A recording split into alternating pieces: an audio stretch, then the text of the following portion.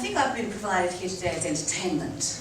I am very conscious that I'm here as Australian of the Year, but when I was asked to speak about making the most of life opportunities, they've asked me to share with you some of the ups and downs of my career and to illustrate how, during my career, opportunities have presented themselves in many different ways.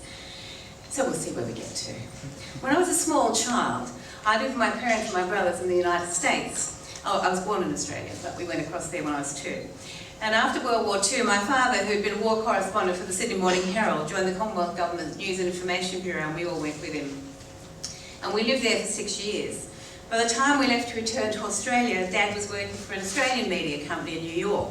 And although he had an offer of a good job in London, he and my mother decided to come home as they wanted their children to grow up in Australia. Fast forward 20 years to when I was living in London with my husband and my first child, who was born there. And we loved England, and there were plenty of career opportunities there for us, but we decided to come home because we wanted our daughter to grow up in Australia. And it was a smart move because we discovered that Australia is full of opportunities for people who are prepared to grab them. And that's really what I've been asked to talk to you about today, as I said, making the most of life's opportunities. By profession, I am a journalist. I decided that when I was 11. And it's a decision I've never regretted, because all the good things that have happened to me in my career have been through journalism.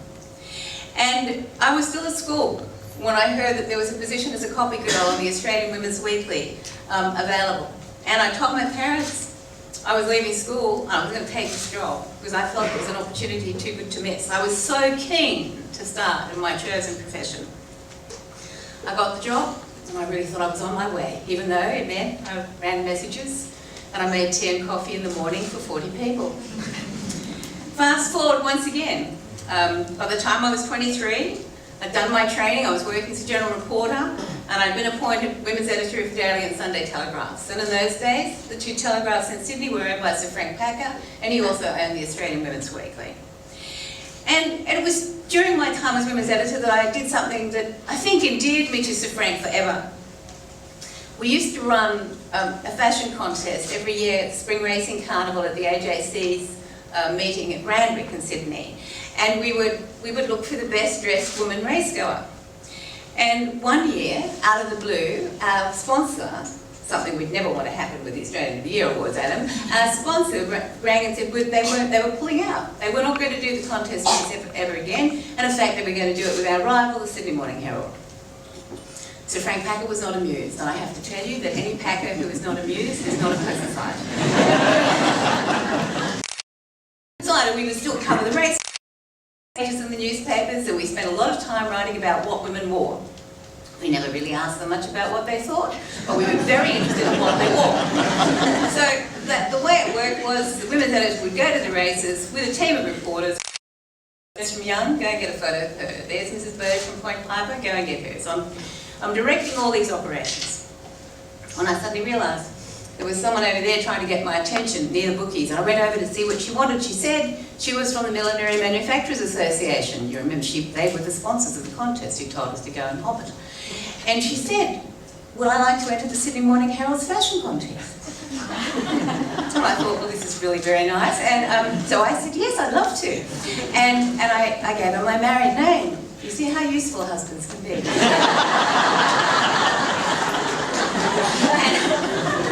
And we used to dress the part, you know, we didn't, apologies to the gentlemen and ladies of the press that are here today, but in my day, we really dressed the part. When I wore a hat, I had gloves, you know, I had a coordinated outfit, and so I looked as good as my purse would afford. And I went to where she told me for the judging, and I won. So I go back to the paper, and I've got flowers, and I've got a Cyclax beauty case with cosmetics, I've got 2 tickets to Canada, and I go to see the editor-in-chief, a man called Mr. McNichol, David McNichol. I knock on Mr. McNichol's door, and I'm standing there, and I say, Mr. McNichol, the most amazing thing has happened. And he said, what's that, Ite? He didn't think you could shorten my name to anything. What's up, Ite? And I said, well, Mr. McNichol, I said, I've won the Sydney Morning Herald's fashion contest. And of course he laughed his head off and said, I've got to tell the old man. He disappears down the corridor. I go upstairs to write the copy about what women wore. And an order came that Miss Buttrose was to be photographed in her prize-winning hat and Miss Buttrose's outfit, and Miss Buttrose duly was. And the following morning, the Telegraph ran a full-page picture of me on page 3 with a heading that I reliably informed Sir Frank wrote, "Right filly, wrong stable." I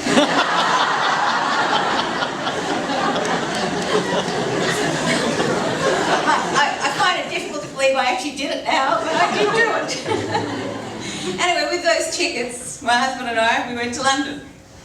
And I landed a job there on a magazine called Woman's Own. It sold 3 million copies a week. They liked Australian workers in London at that time. They felt we had the work ethic.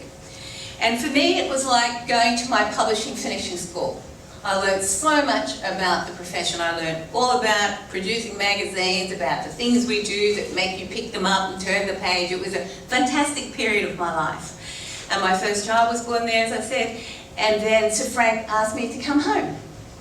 And he wanted me to come back to my old job again. So that suited us. We returned to Australia for all the reasons I've outlined earlier. And I resumed my role as women's editor and implementing all the things I've learned in London. And then a couple of years after that came the opportunity to create Cleo magazine. And I know you all feel you know that magazine reasonably well if you watch Paper Giants on the ABC. And yes, it was pretty accurate. And what is it like seeing someone be you on television? Most peculiar, I can tell you right. See someone talking like you talk, using my gestures, walking like I walk, quite an extraordinary experience. But I thought it captured the 70s really well, which were a period of significant change in Australia where so much was happening to change the world of women. And we the team at Cleo, were all caught up in that. But before we began it, Sir Frank called me down to his office. And you've got to understand, most of us lived in terrible fear of Sir Frank. He was quite frightening fear, even though he was quite kind. And he said to me, "Well, do you think you can do it?" And I said, "Oh, yes, Sir Frank." And that's how I got the editorship. So I went out in the corridor and you sort of think to yourself, "Oh gosh, what have I done?" Because I realised there were lots, I still had lots to learn about this business of producing magazines. I knew a bit, but gosh, I still had lots of gaps in my knowledge. So I had to do a bit of homework. I had to learn more about colour production. You know, I think I've often volunteered for jobs, and you put your hand up and you say, "Yes, I can do that," and then you sort of think, "Oh, wow." And then, you know, I've always had this belief in myself that whatever I volunteered for, I would be able to do it. I just tell myself I can do it, and I find the way to do it. And I've never been afraid to ask for help, or you know, seek out people whose work I admire and ask them for a tip or anything like that. I think if you want to be successful at anything, you do sometimes have to take a risk, not careless ones, but risks you've thought through. And I think you do have to occasionally put your reputation on the line. That's what it takes, I think, to get to the top. I had an amazing opportunity to learn, especially from Sir Frank. I know this is live television, so I hope you're ready for this, but Sir Frank didn't really understand the new progressive woman that we said Cleo was for. And he decided the best way to get to know her would be to read the copy of the new magazine for the first 12 months. You've got to understand he was very doubtful about this project, the Cleo project. He was overseas when we launched, and he sent me a telegram saying, "Good luck with this project, I think you'll need it." That's hardly an inspiring message for the editor of a new magazine, and I was only 30. Anyway, it launched. It was a great success. It was a runaway success. So he decides he's got to get to know her. He's a businessman, right? He's got business acumen. So every month I used to send down to him the copy of the first of whatever stories we were running in the magazine. And in those days, we operated on the premise, no news is good news. If the boss didn't ring you, you figured everything was fine and you weren't going to bother him at all. So I never did. And then I got the call to go down to his office. I went down. I could see he's reading Cleo material, and he's very engrossed in it. "Come in," he said. "This article here. What turns a man on?"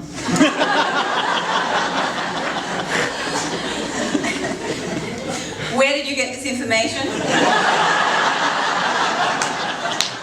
"That kissing a man's armpits turns him on." "It doesn't." And I said, "It doesn't." And he said, "No, it doesn't, and I know more about these things than you do." Well, I was not going to argue with Sir Frank. I simply deleted men's armpits. You do have to wonder, don't you? Now, when I started work, I never envisaged the kind of career I've had. Because, you know, when I started work, careers for women, for girls, just wasn't on the radar. I always thought we'd work for a few years, marry and have children and go home. Well, I did marry and I had children, but I just didn't go home. So I had no grand plans in the beginning, no aspirations of becoming the woman I am. And you know, people do say to me, do you ever regret any of the steps you've taken? And no, I don't. I don't see the point in living life like that. I don't see any point in saying, what if only? Because you cannot change any of the steps you've taken in life. And everything I've done has shaped me into the woman that I am today. And you're either comfortable with that person, you have to be comfortable with who you are. And I am comfortable with who I am. After I won that fashion contest and we went to London, this is when I first realised perhaps what lay ahead of me. I'd gone down to say goodbye to Frank, and as I was leaving, he said to me, I hope you're coming back, because I have you in mind for the weekly, for the Women's Weekly. And it was like a light bulb went on, and I thought, gosh, the Women's Weekly, oh, I'd love to edit the Women's Weekly. Because it was then a weekly, it was the largest selling magazine per capita of population in the world. It went to 1 in 4 homes. It was the mightiest magazine of them all when it was a weekly. And by the time I was 33, I was the editor. Everything I did from that point on was to get to the weekly. Cleo was another stepping stone to the weekly.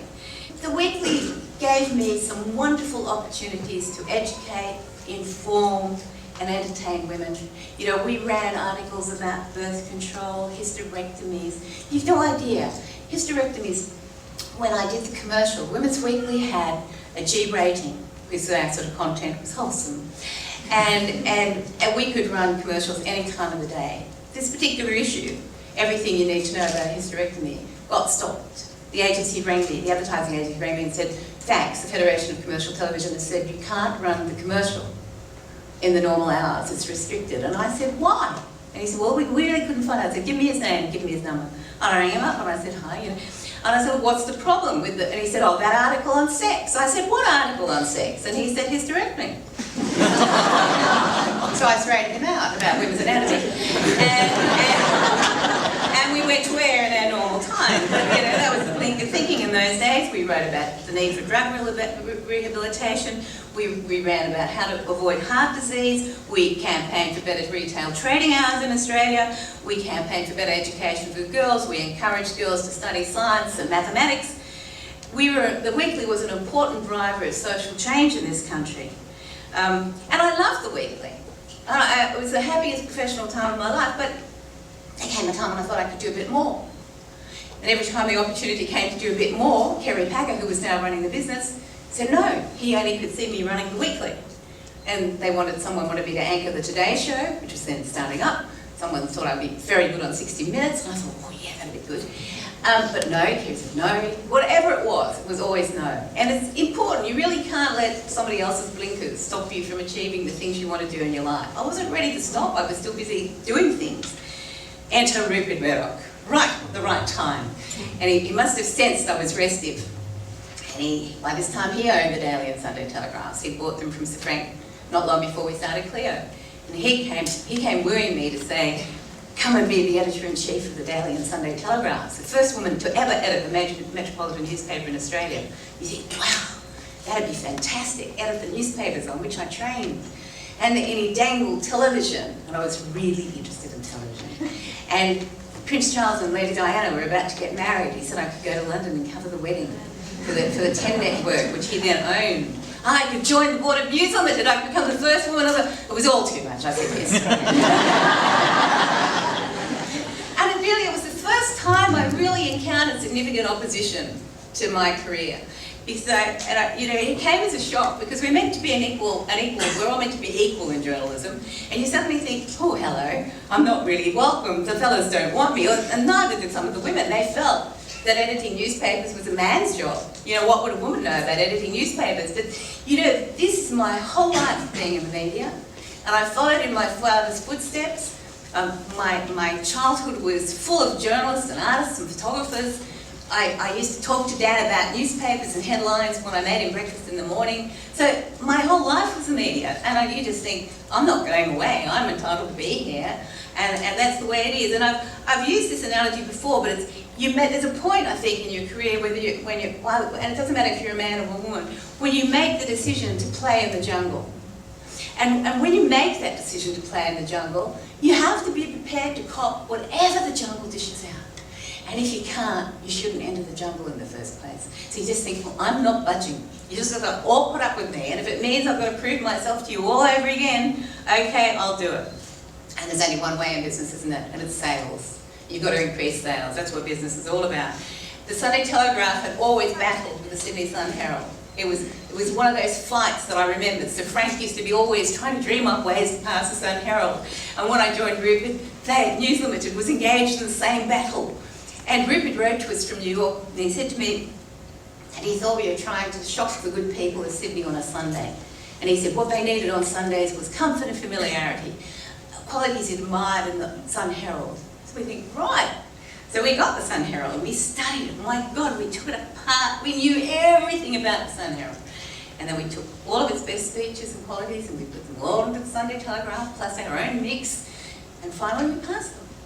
And to this day, it still passed them. The Sunday Telly is the largest selling newspaper in Australia. And I like to think I have a very small part in its success. But there are messages there, and I say this sometimes when I'm speaking to business groups. If you see a good idea working for someone else, knock it off. There's no copyright on ideas. You should never let pride get in your way of your success. You know?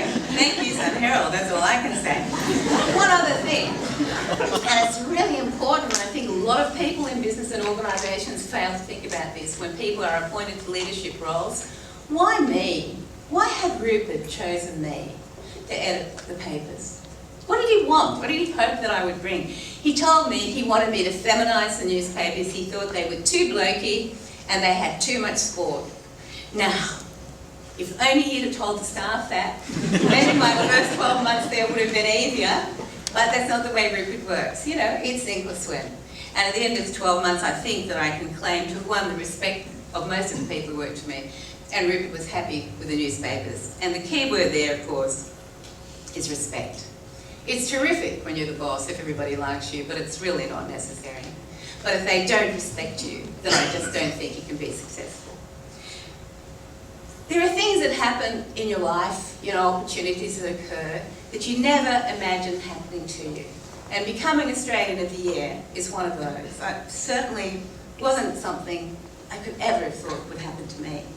And I'm truly conscious of the great honour it is, and I'm constantly reminded how many distinguished Australians have followed before me, and in what great company I am. And well, they're not there anymore, but the fellow nominees, the fellow award winners, you know, how wonderful it's been to meet them and some of the things we've had in common. And Professor Ian Maddox, the Senior Australian of the Year, he and I are doing a palliative care conference later this year in Canberra. He's speaking from his aspect of general patient care, and part of my role as President of Alzheimer's Australia, I'll be talking about the need for specialised palliative care for people with dementia. And he emailed me last week and he said, Maggie Beer, you know, the wonderful chef who was Senior of the Year a couple of years ago, Maggie Beer told me my life would be turned upside down being Senior of the Year. And he said, she's right. And he said, how's your world? And I just emailed back, upside down. but what being Australian of the Year does, apart from making you even busier than you can imagine, it gives you a platform to raise issues that concern you, that I think concern other Australians as well, like ageism, like the need for better respect for old people, like the need for improved aged care for all Australians, better employment opportunities for older workers, and let's stop people fobbing them off with that excuse, you're overqualified, really. And of course, as President of Alzheimer's Australia, it allows me to raise the awareness of dementia and Alzheimer's disease in this country, and to create better understanding, remove the stigma, to try and remove the sense of shame that so often comes with the diagnosis of dementia, and to encourage the setting up in Australia of dementia-friendly societies and organisations. And also for increased medical funding, increased funding for medical research into Alzheimer's disease. We are facing an epidemic, and we really need to take prompt action. And the question we need to ask ourselves is, what will happen if we don't find the money for research? You know, we do need to find out why people get dementia and why it attacks the brain in the way that it does. This week, quite out of the blue, the National Health and Medical Research Council allocated $3 million to 6 dementia research grants across Australia, and that's fantastic news, but it's not enough. We need at least 60 million per annum. We need 200 million over 5 years. We need a 5-year investment into dementia research in this country. And at the moment, with the new grants, it's running at about 32 million. We need 60 million per annum to really do research justice in this country, in this field. When we talk about dementia-friendly organisations, we talk about organisations that have trained staff who are able to deal with people who have cognitive impairment.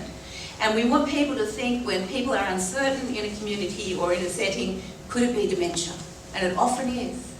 And we can organise the training, and there is a cognitive impairment symbol that we're now setting up, and organisations that are dementia friendly display the symbol, and people with dementia know that if they go in there, they will, and they have a moment of confusion, that they will be treated accordingly, and they won't be yelled at, and they won't be made to feel uneasy. It's a simple thing to do. We'd like to see it started in Centrelink, in banks, financial institutions, and we need better training in hospitals, because people with dementia in hospitals often stay longer than those people who don't have dementia, and their condition of dementia is often not recorded in their hospital records. More than 50% of people who go into hospital with dementia do not have the condition recorded on their records. This is not good enough. I know the Commonwealth Bank is one of the sponsors of the Australian of the Year, and I brought some information for you, and we'd love to see the bank setting up. Too good an opportunity to miss, you said. We'd love to see the bank leading the way in training their staff to deal with people with dementia who come in. It's not a difficult thing to do, it's really quite easy, and at the end of the day, I think we all have to ask ourselves, how would we wish to be treated if we had dementia? And we all know how we'd like to be treated. We'd like to be treated with respect and dignity, and we'd like to feel like valued members of the community. Finally, I welcome the opportunity today to share with you some words that one of my first editors gave me when she was encouraging me to aim for the top, some years ago now. And over the years, they've stood me in good stead. Life's rewards appear at the end and not the beginning of the journey. There is no way I can foresee how many steps it will take me to reach my goal. I will perhaps meet failure at the 1,000th step, and yet success will be there, hidden behind the last bend in the road. I will never know how close I am to it if I don't turn the corner. I will always take one more step. If this doesn't work, I will take another and then another. One step at a time is not so very difficult. I will persevere until I succeed. Thank you very much.